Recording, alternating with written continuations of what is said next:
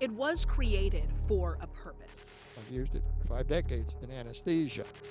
But the misuse of fentanyl. I've seen it in pills that look like oxycodone. I've seen it in pills that look like hydrocodone. I've seen it in pills that look like, I've seen it in everything.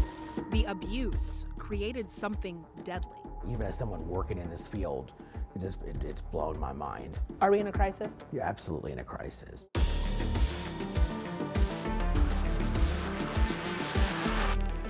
Well, how did this start for you? My back pain, back surgeries, multiple back surgeries is where it started. This North Texas man asks that we don't identify him. I had some pain doctors tell me that fentanyl was great, wonderful drug, and then I had other doctors that were completely against it.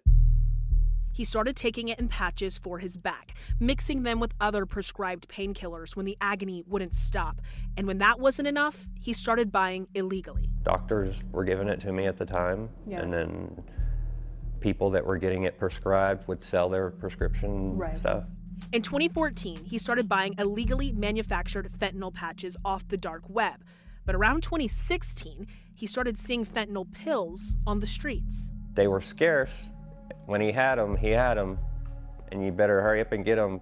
It started getting easier and easier, and then it just got to where it was a river. Fentanyl has been a part of his life for nearly 2 decades, but it's really only become a buzzword over the past few years. The addicts, substance use disorder, it's been the same. Dr. C.M. Shada has been a pain doctor in North Texas for 50 years. He says what's changed is who is getting their hands on fentanyl and the rise in deaths that's followed. Most people now know someone that died from this. And so that's the difference. In 2018, 69% of unintentional synthetic opioid deaths were related to fentanyl. But August of last year, 97%. And the fake pills is what changed everything. That's what moved the dial.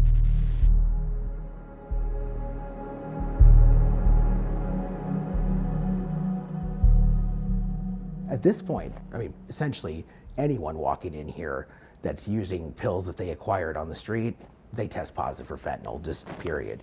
Aaron Bitter is the program manager at Symmetria, a drug rehab clinic in Louisville. We ask them questions, what have you been using? And they say Percocets, Oxys, or Perc 30s, M30s.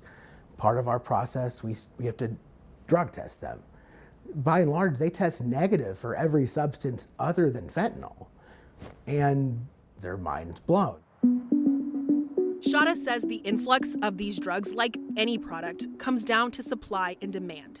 And he says it is really important to understand the demand we see now has roots in an opioid crisis many people thought had been handled, but has really just evolved into something new.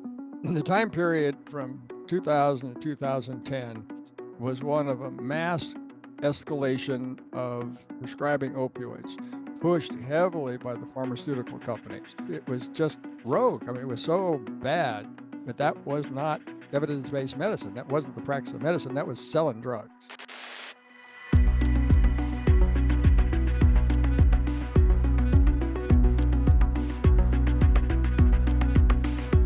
When the CDC published their guidelines in 2016, and it was totally misrepresented, and doctors basically thought they could not prescribe, and so abandoned patients. But by then, so many people had grown dependent. A lot of patients nationwide got abandoned. Didn't taper them, didn't offer them any other treatment. It was horrible. When I went in one day, I was basically told that the government had new guidelines. We wouldn't be where we're at if they hadn't have ripped the carpet out from underneath us like they did. We took a look at data from the Texas State Board of Pharmacy. In February of 2016, the month before new prescription guidelines came out, there were 158,000 prescriptions written for either fentanyl, hydrocodone, or oxycodone in Dallas, Tarrant, Collin, and Denton counties. 158,000 just that month. 6 months after those guidelines in 2016, a drop.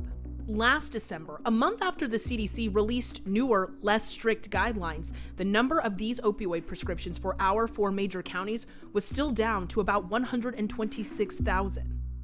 You're picking up the phone. I need some help, man. I need some pills. The demand never changed. The supplier just shifted.